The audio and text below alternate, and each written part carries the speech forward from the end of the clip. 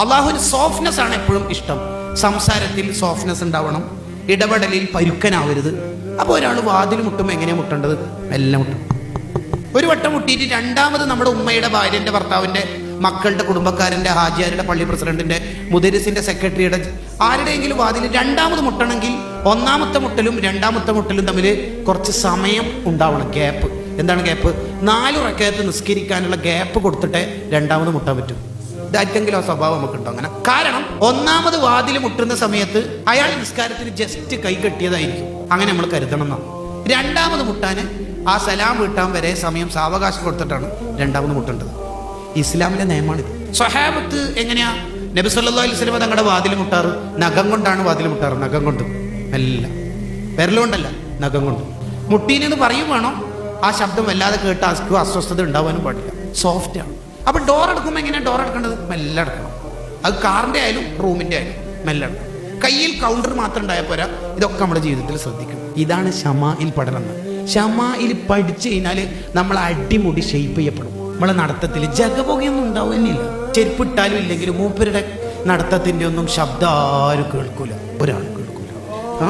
വീട്ടിലേക്ക് എത്തി റൂമിൽ നിന്ന് ഫോൺ വിളിച്ചാൽ ആരോ ചോദിച്ച് ആരാ വിളിക്കുന്നത്, മനസ്സിലായില്ല, എന്നെ മനസ്സിലായില്ല, അങ്ങനെയൊന്നും നല്ല മര്യാദ. വേഗം പേര് പറയും. ഉമ്മ അബ്ദുള്ളയാണ്. ആ ഓക്കെ. ആരാണ്? ഞാനൊന്നും ലോകത്തായിരിക്കും പറയാൻ പാടില്ല. തങ്ങൾക്കത് വെറുപ്പുള്ള കാര്യം, അങ്ങനെ പറയരുത്. അതിനെക്കുറിച്ച് മാത്രം അധ്യായങ്ങളുണ്ട് ഇമാം നവവി റഹ്മഹുള്ളയുടെ അൽ-അദ്കാർ എന്ന കിതാബ്. അതാണ് സാർ. നമ്മളൊരു വീട്ടിൽ ചെന്നാൽ ഗസ്റ്റായി വീട്ടിലെത്തിയപ്പോൾ വീട്ടുകാരൻ നമ്മളോട് പറയാണ്, ഈ സോഫമേലിരുന്നോ. വേണ്ടെന്നല്ല, മുളീഫ് വീട്ടുകാരൻ വൈഫിനോട്, ഗസ്റ്റിനോട് എവിടെ ഇരിക്കാനാ പറഞ്ഞാൽ അവിടെ തന്നെ ഇരിക്കണം. അതെന്നാ മര്യാദ. ഒരു സ്ഥലത്ത് ഇരുന്ന് കഴിഞ്ഞാൽ പ്രവേശനാനുമതി കിട്ടിയ സ്ഥലത്ത് പ്രവേശിക്കുന്നല്ലാതെ അങ്ങോട്ടും ഇങ്ങോട്ടും നോക്കാന്ന് പാടില്ല. ചില വീട്ടിലേക്ക് പോയാൽ ഷെൽഫ് വലിക്കും, കിതാബിലും വലിക്കുന്നതാണ്, പത്രക്കെട്ട് വലിച്ചെടുക്കും. അത് വളരെ മോശമാണ്.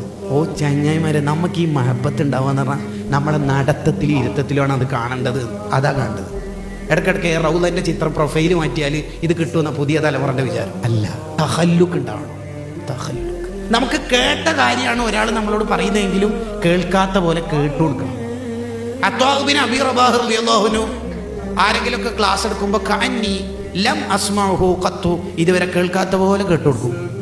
ശരിക്കും ആ ക്ലാസ് എടുക്കണ മുത്തഅല്ലിമ് ജനിക്കുന്നതിന് മുമ്പ് ആ ഹദീസ് അത് തങ്ങൾ ദർശനം നടത്തിയ ആളായിരിക്കും, എന്നാൽ ഇതുവരെ കേൾക്കാത്ത പോലെ കേട്ടു കൊടുക്കും. മാഷാ അല്ലാഹ്. അങ്ങനെ